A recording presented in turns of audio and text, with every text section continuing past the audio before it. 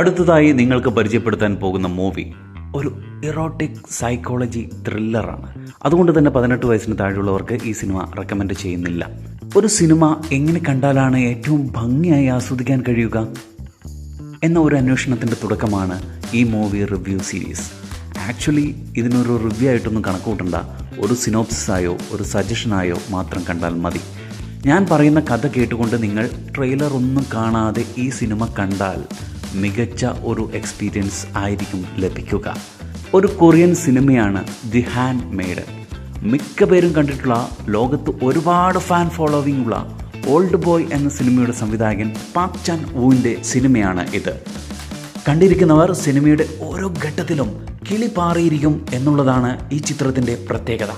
Twist എന്ന് വെച്ചാൽ ലജ്ജാതി twist, അത് കഴിയുമ്പോഴേക്കും അടുത്ത ട്വിസ്റ്റ്, അത് കഴിയുമ്പോഴേക്കും ദേ വരുന്നു അടുത്ത ട്വിസ്റ്റ്. പക്ഷേ ഈ ട്വിസ്റ്റുകളൊന്നും തന്നെ മടുപ്പിക്കാതെ പിടിച്ചിരുത്താൻ ഈ സിനിമയ്ക്ക് കഴിയുന്നുണ്ട് കേട്ടോ. 1930കളിലെ ജപ്പാൻ അധിനിവേശ കൊറിയ ആണ് സിനിമയുടെ പശ്ചാത്തലം. ഒരു ദരിദ്ര കുടുംബത്തിലെ സൂഖി എന്ന ചെറുപ്പക്കാരി ഒരു ജപ്പാൻ പ്രഭു കുടുംബത്തിലേക്ക് വേലക്കാരിയായി എത്തുകയാണ്.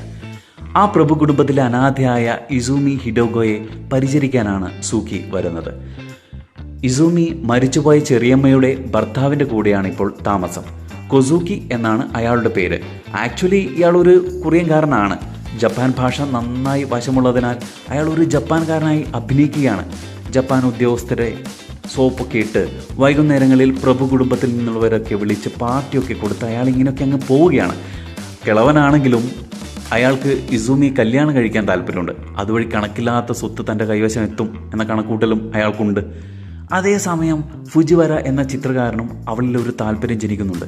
ഇയാളുടെ ഒരു പ്ലാൻ പ്രകാരമാണ് ഈ സൂക്കി അവിടെ വേലക്കാരിയായി എത്തിയത് തന്നെ. ഇത്രയും കഥാപാത്രങ്ങളിലൂടെയാണ് ഈ സിനിമ വികസിക്കുന്നത്. ഈ കഥാപാത്രങ്ങൾക്ക് എല്ലാവർക്കും തന്നെ വ്യക്തമായ ലക്ഷ്യങ്ങളുമുണ്ട്.